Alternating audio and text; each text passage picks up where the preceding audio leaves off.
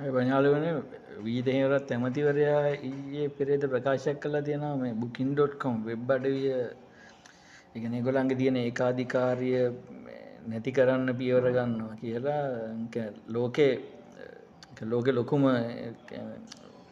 Online travel agent කියන එක. කියන්නේ ඔන්ලයින් බුකින් කරන්න පුළුවන් ලොකුම කම්පැනි එක තමයි දැනට booking.com කියන්නේ.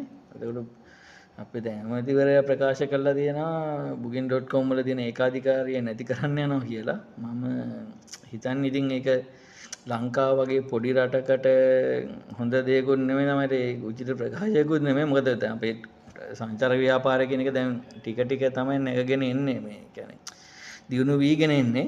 එන වෙලාවක ඉතින් මේ අපි වගේ පොඩි රටකට මං හිතන්නේ booking.com වගේ ආයතනයක් එක්ක තරගයක් දීලා ඒ දේ කරන්න පුළුවන් කියලා. අනිත් එක තමයි කියන්නේ මිලියන ලෝකෙ මං හිතන්නේ මිලියන 70කටත් වැඩිය රටවල් 220ක විතර ව්‍යාප්ත වෙලා තියෙන මේ වෙබ් අඩවියක් තමයි booking.com කියන්නේ. ඉතින් ඒ වගේ එකක් අපි දන්න මොන හරි ප්‍රශ්නයක් වෙලා අපි කරන ප්‍රකාශයකින් හරි අපි අලුත් ප්ලැට්ෆෝම් එකක් හදලා හරි ඒ වගේ දෙයක් වුණාට පස්සේ ඒගොල්ලෝ ඒ කියන්නේ ඒගොල්ලෝ අපේත් එක්ක තියෙන ගනුදෙනු ඇත්තරියත් මම හිතන්නේ අපිට ඒ වගේ රටවල් 220ක ඉන්න මම හිතන්නේ මිලියන 70කට ඊටත් වැඩි ප්‍රමාණයක සමග වෙබ් අඩවිය සඳහන් වෙන මිලියන 70ක් කියලා මම හිතන්නේ ඊට වැඩි ඉන්නවා.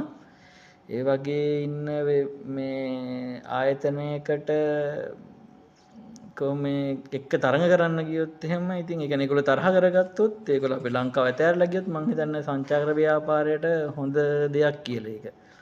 හැබැයි ඉතින් ඇමතිවරයා කියලා තියෙන විදිහට අපිට වෙනම ප්ලැට්ෆෝම් එකක් හදලා අපිට වෙනම ටූරිසම් ඩෙවලොප් කරන්න පුළුවන් එක ගැටලුවක් නැහැ. මොකද එහෙම කරාට ප්‍රශ්නයක් නැහැ. හැබැයි ඉතින් අර booking.com වෙබ් අඩවිය වගේම තව ඒ වගේ තියෙන ඒ වගේ ප්ලැට්ෆෝම් ඒවා තියාගෙන තමයි ඔය කරන්න ඕනේ. මොකද අපි ලෝකේ රටවල් එක්ක ගත්තාම මේ අනිත් රටවල් එක්ක ගත්තාම ඉතින් අපි පොඩි රටක්නේ. අපි දැන් සංචාර ව්‍යාපාරය නැගගෙන එනකොටම අපි ඉතින් අපි ඔය වගේ තීරණයක් අරගෙන ඒගොල්ලොත් එක්ක තරහ කරගන්නවා කියන ඉතින් එච්චර හොඳ දෙයක් නෙමෙයි.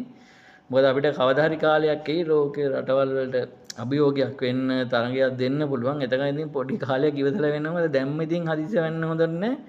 වැඩි තණ්හාවට යන්නත් හොඳ නැහැ කියලා දැන් මම නම් කියන්නේ.